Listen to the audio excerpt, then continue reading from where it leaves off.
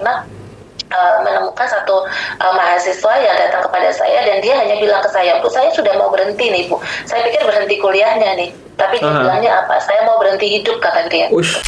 Karena ternyata 84% masalah kesehatan jiwa pada mahasiswa itu disebabkan justru dari keluarga. Nah, ini kan harusnya kita penuhi nih, karena mereka kan hidupnya di kampus. Sehingga apa yang mereka tidak dapatkan dari keluarga, setidaknya harus kita berikan menu di kampus kita.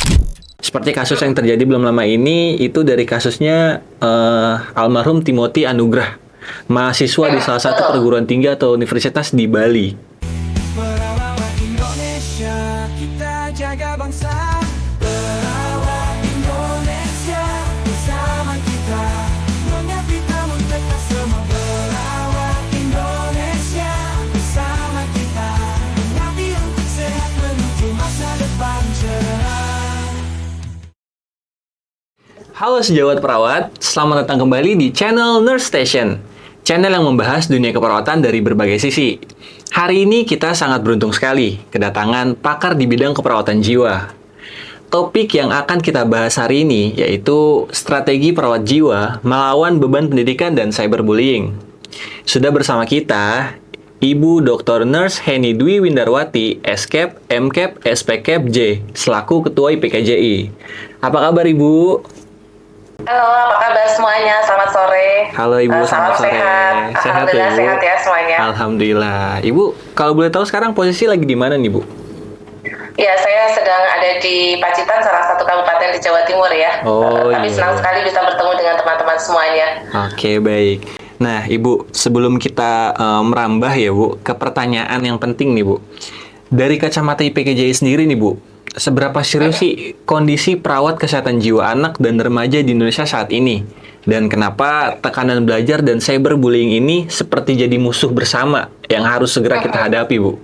Silakan, Bu. Oke. Baik, terima kasih. Jadi kalau kita lihat, jujur ya, kalau kita bicara tentang cyberbullying ataupun bullying ya, kalau kita menemukan ada beberapa macam jenis bullying ya, ada bullying dan ada cyberbullying. Dan kalau kita boleh menyampaikan, sebenarnya kita sudah levelnya adalah darurat sistemik ya, karena anak-anak kita sekarang sudah memikul beban ganda, khususnya terkait dengan target akademik, belum lagi paparan dengan digital dan hubungan dengan orang tua yang mungkin menjadi sangat rentan karena mereka sekarang hubungan mereka dengan orang tua itu menjadi sangat renggang gitu ya, karena kesibukan dengan digitalisasi atau tugas-tugas dari akademik, sehingga efeknya mereka kadang-kadang kehilangan waktu untuk istirahat. Nah, kalau kita lihat di kesehatan jiwa, khususnya kami di keperawatan jiwa, tentu melihat banyak sekali efek-efeknya. Banyak dari mereka yang kemudian mengalami kecemasan, depresi, melarikan diri, dan ini yang paling penting harus kita waspadai adalah adanya pikiran menyakiti diri atau bahkan mereka memutuskan untuk mengakhiri hidup.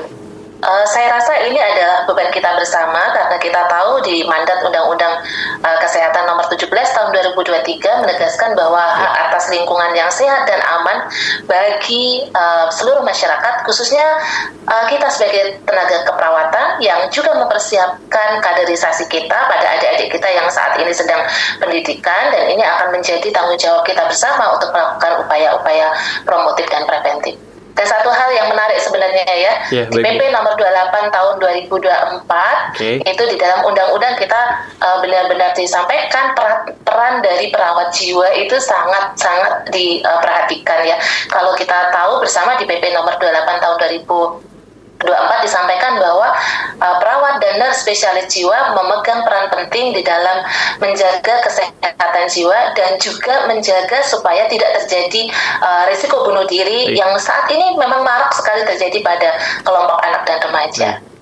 Dan mungkin kalau kita tahu bersama, kita tahu bahwa di negara-negara ASEAN ataupun juga secara kebijakan global di WHO, mereka juga menyampaikan bahwa pentingnya kita untuk mewaspadai masalah kesehatan jiwa, khususnya pada kelompok young adult ya, yang saat ini menjadi concern kita bersama, ditambah lagi isu tentang climate change. Oke, baik Ibu. Nah, kita coba menganalisis beban akademiknya nih Bu ya Bu. Tuntutan kurikulum ini kan nilainya sempurna ya Bu. Sampai persaingan itu buat masuk kampus kampus favorit sering banget itu bikin siswa tuh stres gitu, Bu. Kayak menjadi beban pikiran yang tadi seperti Ibu bilang. Nah, menurut Ibu, kapan sih Bu tekanan belajar itu masih wajar gitu? Wajar memotivasi, dan kapan juga dia bisa berubah menjadi beban psikologis yang butuh pertolongan perawat jiwa? Silakan, Bu. Baik, terima kasih. Jadi sebenarnya kalau kita lihat, kita nggak bisa langsung menyampaikan bahwa apakah beban akademik itu menjadi satu-satunya penyebab masalah kesehatan jiwa pada anak dan remaja, terutama juga pada generasi kita ya, teman-teman yang saat ini sedang studi sebagai perawat tentunya. Tentu ada banyak hal yang harus kita lihat. Yang pertama, bagaimana mereka semua memiliki ketahanan mental. Kalau saya boleh menyampaikan, sebenarnya kita harus punya dua upaya tumbuh. Yang pertama, tumbuh ke bawah dan tumbuh ke atas. Saya mengibaratkan seperti kita di tanaman ya. Tanaman itu kan ada tanaman yang tumbuhnya ke bawah yaitu akar, dan yang berikutnya adalah tumbuh yaitu cabang-cabang ke atas. Maka sebenarnya yang harus kita perhatikan adalah bagaimana kita mengadaptasikan pendidikan itu sesuai dengan kapasitas dari mahasiswa kita tentunya ya. Nah, untuk itu maka sebenarnya ini harus ada program yang harus dipersiapkan betul. Negara harus hadir di sana. Kenapa? Karena kita tahu bersama bahwa saat ini kita lebih banyak tumbuhnya ke atas saja tanpa kita memperhatikan tumbuh ke bawah.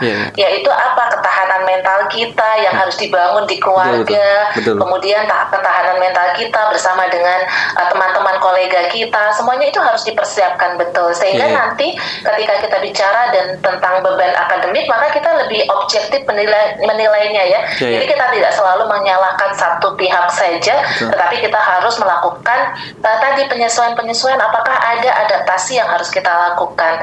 Nah, kalau kita sudah melihatnya dari dua hal tersebut, maka sebenarnya pendidikan kita harus memberikan bantuan kepada rekan-rekan kita, adik-adik kita semuanya. Bagi mereka yang mungkin saat ini dikejar-kejar hanya tumbuh ke atas saja, maka tugas kita di dalam pendidikan, kita juga harus mempersiapkan mereka bagaimana ketahanan mental mereka. Contohnya melalui upaya-upaya tentang kesehatan mental, deteksi dini yang saat ini juga sudah dilakukan. Barangkali kita semuanya juga harus tahu ya, ada program dari Kementerian Kesehatan tentang CKG, cek kesehatan gratis. Yang di sana salah satunya adalah tentang kesehatan jiwa. Jadi kalau kita lihat sebenarnya kita punya PR yang cukup banyak, bagaimana kita mensinkronkan pola-pola screening yang secara masif nanti untuk mendeteksi apa sebenarnya yang terjadi pada mahasiswa kita, ataupun mungkin pada adik-adik kita, atau mungkin pada perawat kita di Indonesia gitu. Setelah itu maka kemudian kita harus mensinkronkan sistem pendidikan kita, karena kan nggak mungkin kita menyamakan, oh kalau dulu saya kayak gitu kuat gitu ya. Tidak bisa demikian. Jadi kita harus melihatnya. Nah, bagi institusi pendidikan sebenarnya kita juga harusnya belajar banyak ya. Kita harus mendengarkan, harus melakukan evaluasi sehingga kita tahu sebenarnya apa yang dibutuhkan oleh mahasiswa kita. Sehingga nanti sistem pendidikan kita akan ada dua unsur, bagaimana mengedepankan pola pembelajaran yang mengajarkan tumbuh ke bawah, yaitu mengangkat tentang ketahanan mental mereka, tentang rasa empati mereka, dan yang terakhir nanti adalah bagaimana meningkatkan ketahanan ke atasnya ya, bagaimana berprestasi, bagaimana mereka menjalin kolaborasi dengan stakeholder atau profesi yang lainnya. Ya, memang kalau kita lihat, kami kebetulan banyak sekali melakukan studi-studi ya di kampus ya. Kami sudah bekerja sama dengan 5 kampus, dan di kampus itu kami menemukan banyak sekali ternyata pondasi utamanya justru tidak hanya dari kampus saja, tetapi dari keluarga. Ini temuan yang cukup mengejutkan buat kita, karena ternyata 84% masalah kesehatan jiwa pada mahasiswa itu disebabkan justru dari keluarga. Nah, ini kan harusnya kita penuhi nih, karena mereka kan hidupnya di kampus. Sehingga apa yang mereka tidak dapatkan dari keluarga, setidaknya harus kita berikan menu di kampus kita gitu. Sehingga mereka nanti mampu untuk bisa beradaptasi ya. Kalau mereka memang masih dalam proses untuk berkembang ke bawah tentang ketahanan mental mereka, ya nggak apa-apa, kita dampingi mereka gitu. Jadi dosen pun juga harus membantu, demikian juga stakeholder yang lainnya seperti pemangku kepentingan kepentingan, kemudian juga termasuk pendik, dan kita sendiri sebagai mahasiswa, kita juga harus mau belajar ya bagaimana kita menyadari ada hal-hal yang harus kita lengkapi dalam perjalanan hidup kita. Itu mungkin ya supaya kita bisa memahami bagaimana emosi kita, belajar tentang cara pengambilan keputusan kita, sehingga nanti ke depan kita sebagai tenaga keperawatan menjadi tenaga keperawatan yang tangguh tentunya. Itu barangkali yang harus kita lakukan. Nah, Ibu, sedikit kita mengingat kembali nih, Bu. Kalau dulu itu kan perundungan fisik ya, Bu. Nah, kalau di zaman sekarang nih, Bu, anak-anak muda sekarang, mungkin di perguruan tinggi atau universitas, anak-anak kuliah sekarang, itu sekarang pindah ke direct message, Instagram, kolom komentar, grup aneh-aneh. Kita bisa ambil sedikit satu kasus yang beberapa waktu lalu sempat terjadi di Indonesia, Bu. Seperti kasus yang terjadi belum lama ini, itu dari kasusnya almarhum Timothy Anugrah, mahasiswa di salah satu perguruan tinggi atau universitas di Bali. Nah, pertama kali saya ngelihat kasus ini, Bu, kayak ini kuliah di kampus serius ada gitu. 2025. Itu jadi pertanyaan besar saya, Bu. Satu ya. Iya. Sebenarnya banyak terjadi. Betul. Nah, pertanyaan saya, Bu, apa sih, Bu, bedanya cyberbullying dengan bullying biasa? Dan kenapa dampaknya ke mental bisa lebih jauh menghancurkan dan sulit sembuh? Silakan, Bu. Iya. Karena sebenarnya cyberbullying itu seperti kita sedang berjalan tapi kita tidak bisa pulang gitu ya. Kenapa? Karena semua yang ada di sana itu tidak bisa kita hapus. Bahkan kadang-kadang kita akan viral dan itu akan menimbulkan jejak digital yang sulit sekali untuk dihilangkan. Tentu itu akan mempengaruhi ya rasa malu kita, kemudian bagaimana kita menghadapi respon publik yang terus-menerus terjadi gitu ya. Belum lagi sebenarnya kita pada waktu COVID-19 kemarin kita ini punya PR 2 tahun loh, kita ini tidak memiliki kemampuan untuk berinteraksi dengan orang lain, sehingga di sanalah sebenarnya ada celah mereka kesulitan untuk berinteraksi dengan orang lain, selalu melihat orang lain itu secara negatif gitu sehingga pada akhirnya orang dilihatnya tidak punya kemampuan, padahal setiap orang pasti punya kemampuan gitu. Nah ini kalau terus-menerus terjadi, maka yang terjadi berikutnya adalah individu itu akan merasa dirinya tidak bermakna, dirinya tidak memiliki harga diri gitu ya. Sementara orang lain yang menautkan itu di dalam media sosial ataupun mungkin media-media digital, itu mereka tidak menyadari bahwa apa yang mereka lakukan itu akan meninggalkan jejak seumur hidup, yang itu kalau saya bilang psychological pain-nya itu dalam kondisi krisis ya. Jadi kita boleh sih sebenarnya kita itu mengenal namanya psychological pain. Saya selalu mengatakan tiap orang itu harus belajar psychological pain. Seperti kita dulu waktu COVID ya. Ingat waktu kita COVID kita senang banget ya, begitu ada vaksin kita langsung berebut, saya vaksin dulu. Padahal kita tahu loh vaksin itu sakit gitu ya. Tapi kenapa kita mau? Karena kita ingin kebal gitu kan ya. Nah sebenarnya di psychological di psikological juga kita mengerti ada namanya psychological pain. Nah psychological pain itu sebenarnya adalah satu hal yang positif seperti vaksin sebenarnya. Namun kalau psychological pain-nya itu berat, maka inilah yang nanti justru akan menimbulkan krisis gitu. Apalagi tadi yang saya bilang kita sulit untuk berinteraksi dengan orang lain. Sekarang kan kita jadi gampang baperan ya kalau ketemu sama orang lain, diingatkan baper gitu. Kenapa? Karena kita tadi punya PR 2 tahun, kemampuannya terbatas. Nah untuk itu maka kita harus memperhatikan betul dampaknya. Bayangkan saja kalau dulu mungkin saya dipukul, orang lain yang melihat saya hanya 1-2 orang saja, malunya cuma dengan 1-2 orang saja. Sementara sekarang sudah dengan banyak orang. Belum lagi orang di luar sana gimana meresponnya. Ketika ada yang menautkan itu, mereka punya pengalaman yang sama, mereka mengiyakan tanpa melihat terlebih dahulu. Sebenarnya benar nggak sih berita yang ada di sana? Nah, itulah kenapa kemudian kalau di pendidikan kita mengenal ada Permendikbud ya nomor 46 tahun 2023 yang mereka menegaskan bahwa harus ada satuan tugas untuk pencegahan dan penanganan kekerasan, khususnya di universitas ya. Sebenarnya ini pintu masuk, tetapi yang harus kita perhatikan adalah pintu masuk itu kan nggak boleh hanya sekedar oh ini aturan, tetapi kita harus siapkan siapa yang ada di sana, gitu kan ya. Barangkali kalau boleh saya sampaikan, sebenarnya yang menjadi korban bullying bukan hanya mahasiswa saja sih sebenarnya ya. Dosen pun juga banyak yang mengatakan, karena saya sudah menerima banyak keluhan, misalnya dosennya jadi takut nih ketemu sama mahasiswa. Kenapa? Karena nanti mahasiswanya ngancem loh Bu, kalau ini nanti saya viralkan, jadinya akhirnya dosennya juga ketakutan. Jadi sistem di pendidikan harus diperbaiki betul. Tentu ini kiprah dari PPNI, kiprah dari IPKJ itu sangat penting ya, di dalam tadi mendobrak adanya isu-isu terkait dengan cyberbullying. Satu hal lagi sebenarnya yang sedang kita kawal bersama adalah beberapa waktu lalu Kementerian Kesehatan bersama dengan beberapa kementerian itu mereka melakukan diskusi tentang apakah perlu kita membangun satu kebijakan baru, seperti mungkin kalau kita lihat tetangga ya, penggunaan media sosial akan dibatasi pada usia tertentu, karena kita tahu betul bahwa digital itu sebenarnya tidak bisa kita anggap sederhana ya. Itu bisa merusaknya di prefrontal kita loh. Bayangkan kalau prefrontal kita rusak, maka kemampuan kita di dalam mengelola emosi juga akan terganggu, kemampuan kita di dalam mengambil keputusan juga akan terganggu. Sehingga apa, akhirnya mereka ya udah itu yang mereka lakukan terus menerus, dan ketika orang lain mengiyakan itu, maka kemudian dia akan melakukan cyberbullying terus menerus pada orang lain gitu ya. Karena dianggap dibenarkan. Mungkin kita mengenal ada namanya validasi emosi ya. Karena sekarang dengan adanya media sosial, orang akan oke, iya saya melakukan itu, oke yuk kita viralkan dan lain sebagainya. Nah ini tentu pendidikan digitalisasi di Indonesia itu sudah harus dilakukan. Saya pikir ini sudah tidak bisa lagi dilakukan oleh satu pihak saja, negara harus hadir gitu ya. Kita harus menyuarakan itu supaya ada kebijakan-kebijakan yang bisa kita lakukan untuk mengatasi hal tersebut gitu. Baik Bu, nah di Indonesia nih Bu ya, saya mungkin udah riset beberapa kali tentang kesehatan mental ini Bu.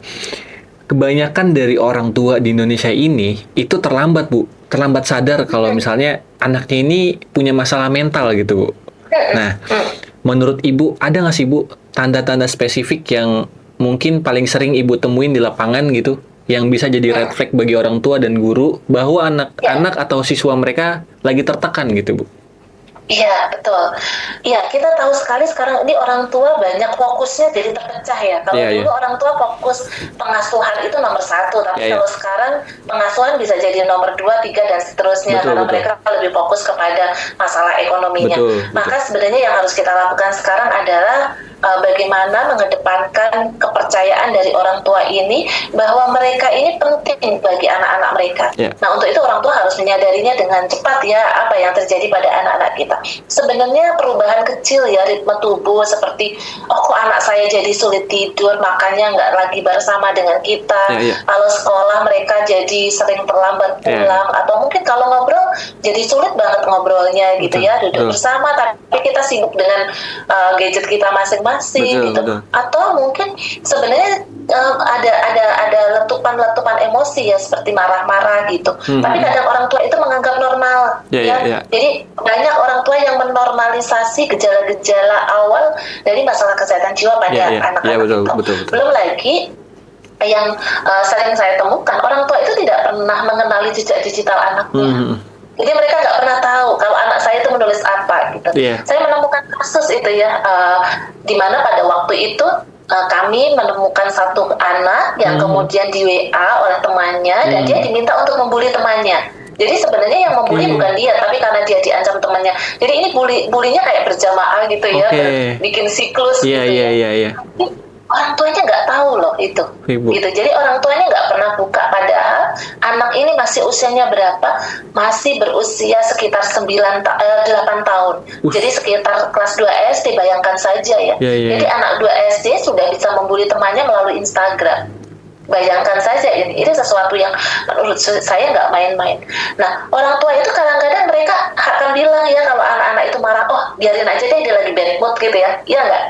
Suka mendengar itu nggak? Betul. Kita lagi bilang terus orang tua kita bilang, biarin aja, nanti juga akan baik sendiri. Iya. Padahal mungkin sebenarnya itu alarm yang disampaikan oleh anak-anak kita. Iya, betul. Saya lagi nggak baik-baik saja. Betul. Jadi orang tua kadang-kadang juga harus menjadi teman bagi mereka. Mungkin agak berbeda dengan dulu ya. Kita tidak bisa menyamakan itu, tetapi mungkin kita bisa belajar bagaimana keluarga menjaga ketangguhan anak-anak mereka gitu ya, dengan cara yang memang berbeda ya, karena memang generasinya agak berbeda. Paling tidak kita menyampaikan, yuk ada waktu kita bersama gitu ya, sehingga nanti kita bisa mendengarkan curhat mereka gitu.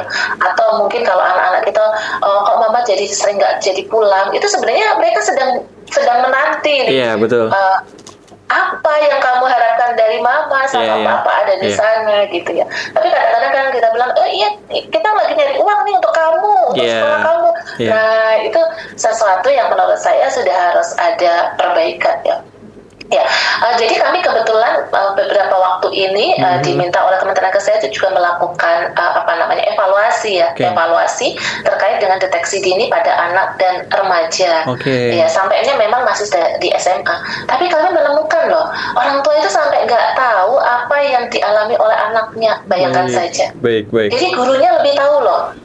Anak ini kesulitan tidur di rumah, itu gurunya yang lebih tahu daripada orang tuanya. Jadi ini sesuatu yang menurut saya miris. Sehingga sekarang kita berharap teman-teman perawat kita di puskesmas itu dapat memimpin bagaimana family psikoedukasi ya, kemudian menyusun safety plan bagi keluarga supaya keluarga ini punya ketahanan mental yang baik dan mengelola resiko-resiko yang bisa membahayakan keluarga mereka. Nah kalau ini bisa kita lakukan akan sangat baik sekali, dan ini peran perawat ya, karena di semua puskesmas saya selalu mengatakan puskesmas itu isinya paling banyak adalah perawat loh. Iya. Gitu. Iya kan? Iya benar. Jadi kalau kita ada di sana, kita hadir di sana, maka sebenarnya kita sangat berharap Indonesia ini akan kuat, anak-anak kita menjadi anak-anak yang punya generasi dan ketangguhan yang positif tentunya. Itu barangkali ya kalau dari saya. Iya, nah Bu, sejauh ini Bu, pernah nggak sih Bu ngalamin langsung atau bertemu dengan satu case-nya gitu Bu? Ada satu anak gitu Bu, dan dia punya permasalahan khusus dengan mentalnya dia Bu. Nah, cara paling cepatnya nih Bu menangani anak ini tuh gimana Bu? Melakukan edukasinya, melakukan untuk mendinginkan dia, suasana hatinya, seperti hal-hal kayak gitu gimana sih Bu? Iya, sebenarnya anak-anak kita itu yang dia inginkan pertama adalah didengarkan. Betul. Mereka itu ingin didengarkan curhatnya tanpa di-cut dulu. Kita harus mendengarkan perspektif mereka gitu ya. Jadi kalau dulu kita dinasehati oke, tapi kalau sekarang enggak. Jadi kalau saya bilang, kalau saya beberapa kali punya klien gitu ya, saya selalu mengatakan bahwa upaya yang harus saya lakukan adalah satu, mendengarkan, yang kedua membangkitkan self-awareness mereka. Bahwa dia punya potensi, bahwa sekarang mungkin ada keterbatasan, tapi keterbatasan ini masih bisa kita kejar loh gitu. Untuk itu maka cara-cara komunikasi kita juga tidak boleh komunikasi yang membuat mereka terancam. Seringkali saya hanya menyampaikan, kalau menurutmu gimana itu? Baik atau tidak? Itu kan sebenarnya pertanyaan yang mudah banget ya, tapi itu meaningful buat mereka. Dan mereka punya kesempatan untuk berpikir, oh iya apa yang saya lakukan ternyata salah. Tapi mungkin mereka akan bilang, Bos, tapi saya nggak mampu ya, saya tahu itu salah, tapi saya nggak mampu mengelolanya. Oke, kamu perlu dibantukah? Iya Bu, bantuannya seperti apa? Apakah dari kami atau dari orang lain? Itu mereka akan sangat senang sekali kalau itu terjadi ya. Banyak sekali orang tua itu begitu mereka dapat hasil screening ini kasus yang sekarang terjadi nih ya. Jadi sekarang ada programnya CKG, mereka ngecek ya kesehatan mereka, terus kemudian hasilnya dikirim ke orang tua. Padahal mereka sudah direkomendasikan nih anaknya sedang tidak baik-baik saja, misalnya mengarah pada gejala ansietas atau depresi. Orang tuanya bilang apa? Enggak kok, anak saya nggak apa-apa kok. Sehat-sehat siapa yang aja anak gitu saya ya. gangguan jiwa gitu, coba. Padahal kita screening nggak bicara tentang gangguan jiwa. Kita screening itu adalah apakah kita menemukan gejala-gejala yang kalau kita biarkan bisa mengarah pada kecemasan dan depresi atau bahkan mungkin gangguan jiwa berat gitu. Itu yang harus kita lakukan. Jadi strategi saya sederhana sekali, mendengarkan mereka dan mereka banyak curhat. Kadang-kadang kalau dalam kondisi krisis saya pernah menemukan satu mahasiswa yang datang kepada saya dan dia hanya bilang ke saya, Bu, saya sudah mau berhenti nih Bu. Saya pikir berhenti kuliahnya nih, tapi dia bilangnya apa? Saya mau berhenti hidup, kata dia.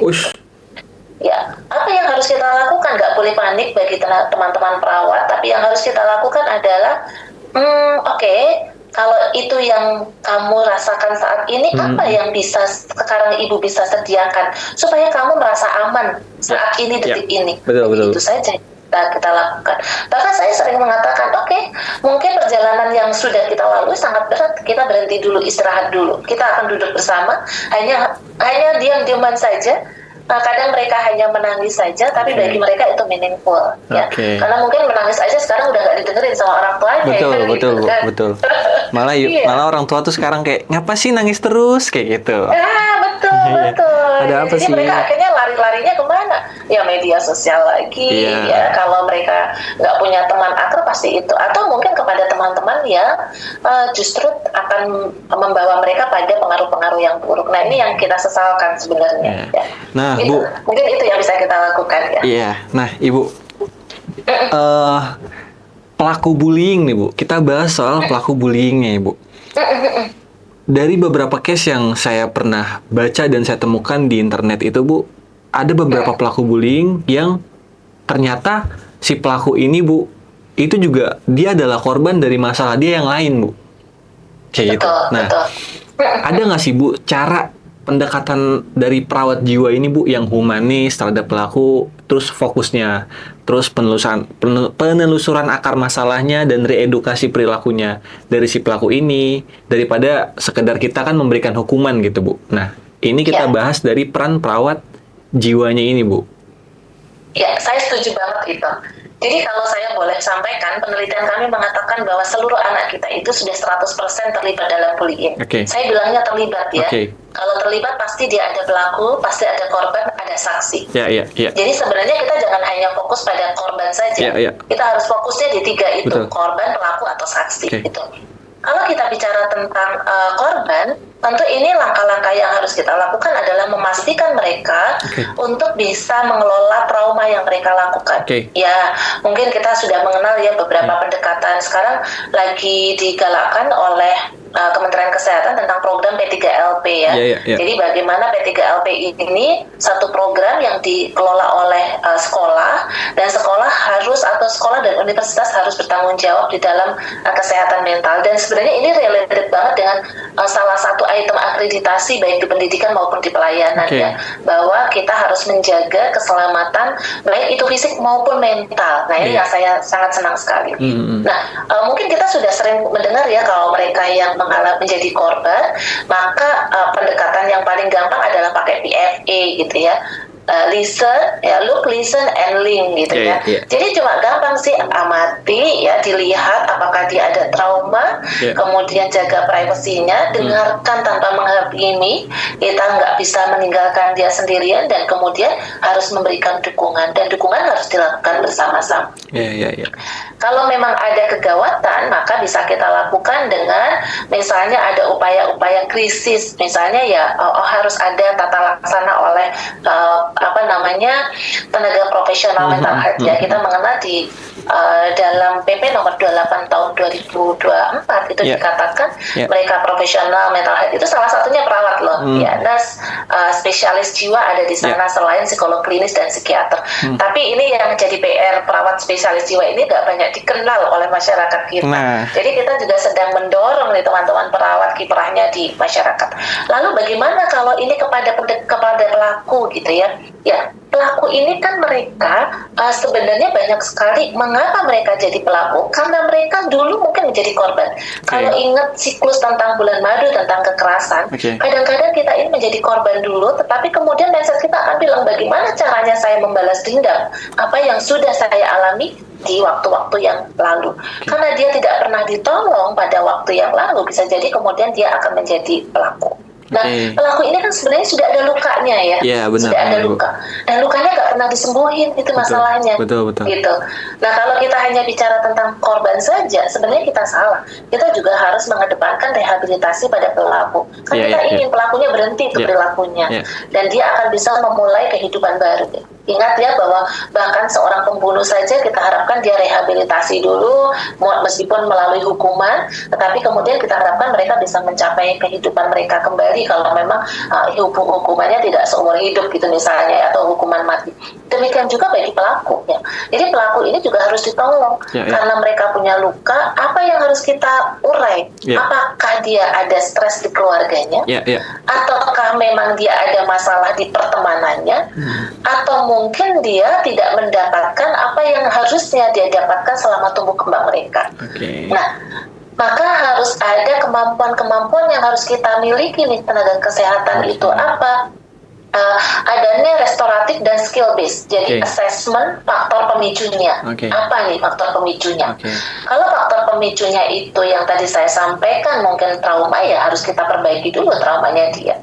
Kemudian kita harus kontrak dengan pelaku ya gitu. Jadi kalau pelakunya memang sudah ada, maka kita sampaikan kamu harus melakukan rehabilitasi berapa lama gitu. Dan kita harus mendampingi, nggak boleh ditinggalin gitu. Kita nyuruh mereka belajar tapi kita ninggalin ya sama aja gitu ya. Kemudian mungkin kita ajarkan mereka tentang regulasi emosi, meskipun ini tidak mudah ya. Jadi kita mengajarkan sesuatu yang selama hidupnya mungkin sudah berpuluh-puluh tahun dia luka tersebut, dan kita tiba-tiba harus memperbaiki luka itu. Maka pelatihan regulasi emosi dan literasi digital yang baik itu harus kita lakukan kepada mereka. Apakah nanti kalau saya ditanya berapa lama Bu gitu ya, berapa lama, bisa jadi 6 bulan, bisa jadi 1 tahun, bisa jadi lebih daripada itu, tergantung luka mereka sampai sejauh mana gitu. Kemudian harus ada nanti namanya restoratif meeting dengan si korban. Jadi kita nggak boleh mengajarkan nggak boleh dipertemukan, tetapi justru nanti pada suatu saat dia harus menyampaikan bahwa saya bersalah, saya meminta maaf, itu harus dia sampaikan. Demikian juga korban, kalau korbannya dipertemukan nanti pada suatu saat, mungkin saya pada saat bertemu dengan hal ini di kemudian hari, saya sudah punya ketahanan. Itu yang harusnya kita lakukan. Jadi kita akan membuat ada ruang-ruang penanganan edukatif ya, melalui tugas dari sekolah, kampus gitu ya, dan perawat jiwa kita harapkan nanti akan ada di situ mengisi celah-celah dari psikososialnya, sehingga nanti kita tidak hanya bicara tentang sanksi saja. Saya tidak berkata ini bahwa apakah saya tidak boleh melakukan sanksi kepada pelaku, boleh diberikan sanksi, tapi sanksinya harus ada restoratif dan skill base-nya gitu yang nanti bisa kita lakukan kepada si pelaku itu. Sehingga nanti kita harapkan siklus dari kekerasan itu bisa kita potong. Itu yang kita harapkan kan seperti itu ya. Jadi jangan sampai nanti dia dihukum, habis itu selesai dia melakukan lagi. Nah, yang harus kita lakukan. Ibu, tadi kan Ibu sudah sampaikan Ibu ya, kalau perlu ada perubahan sistem di sekolah dan negara harus hadir di dalamnya.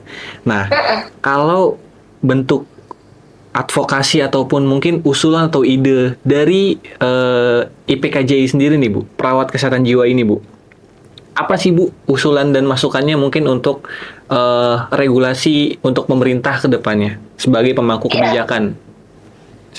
Iya, saya sangat senang sekali ya sekarang ini keterlibatan IPKJI sangat diperhatikan betul di pengambilan kebijakan, khususnya di Kementerian Kesehatan. Jadi kalau kita lihat sebenarnya berdasarkan pengalaman kami, riset-riset kami memang lebih banyak pada young adult, pada anak dan remaja, dan juga ada di kampus gitu.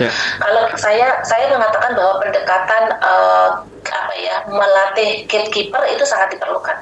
Nah, gatekeeper kalau kita bicara di sekolah tentu ada guru, ya, kemudian ada wali, ada tendik yang juga harus diajarkan bagaimana sih mengenali secara dini masalah kesehatan jiwa yang ada di sekitarnya.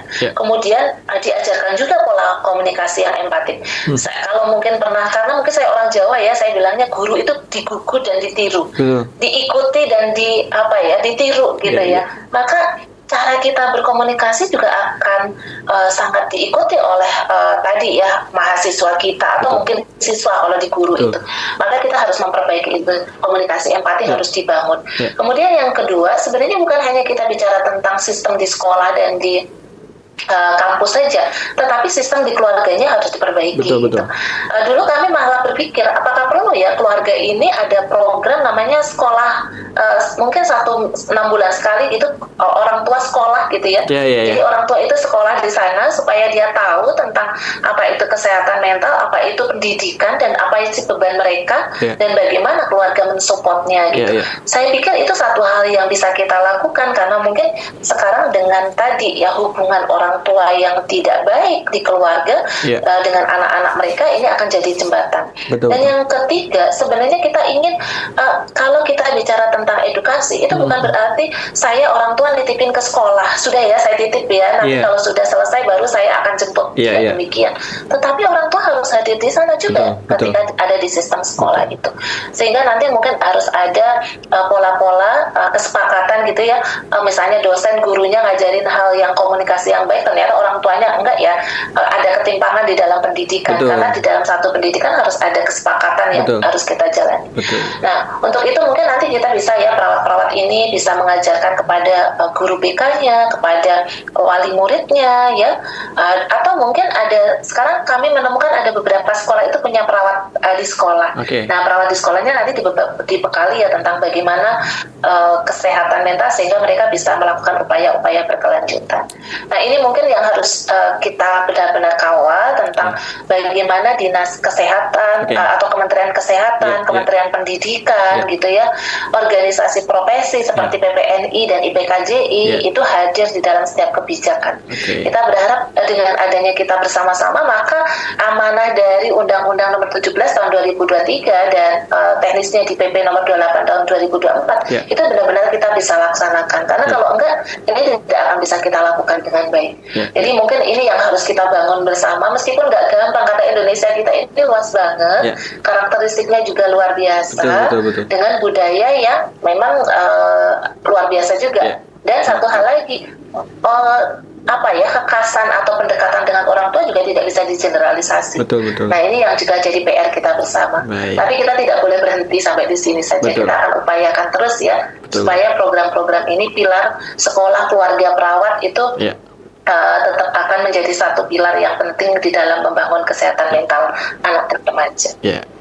Baik Ibu, sebagai penutup nih Bu, untuk seluruh pelajar, mahasiswa, dan remaja yang mungkin saat ini sedang merasa terbebani gitu Bu, apa sih Bu pesan yang paling mendalam dan satu tips self-care yang bisa langsung mereka lakukan hari ini dari Ibu sendiri? Silakan Bu. Ya, baik, terima kasih. Buat teman-teman, adik-adik saya yang luar biasa, tentu kalian mungkin saat ini sedang kondisinya lelah ya. Tapi pesan saya, nilai bukan identitasmu, tetapi jadilah dirimu sendiri. Kamu harus berharga karena kamu adalah individu yang memiliki kemampuan yang berbeda dengan orang lain. Jadi yang harus kita tegakkan bukan hanya nilai, tetapi kemampuan kita mengelola emosi, kemampuan kita berinteraksi dengan orang lain.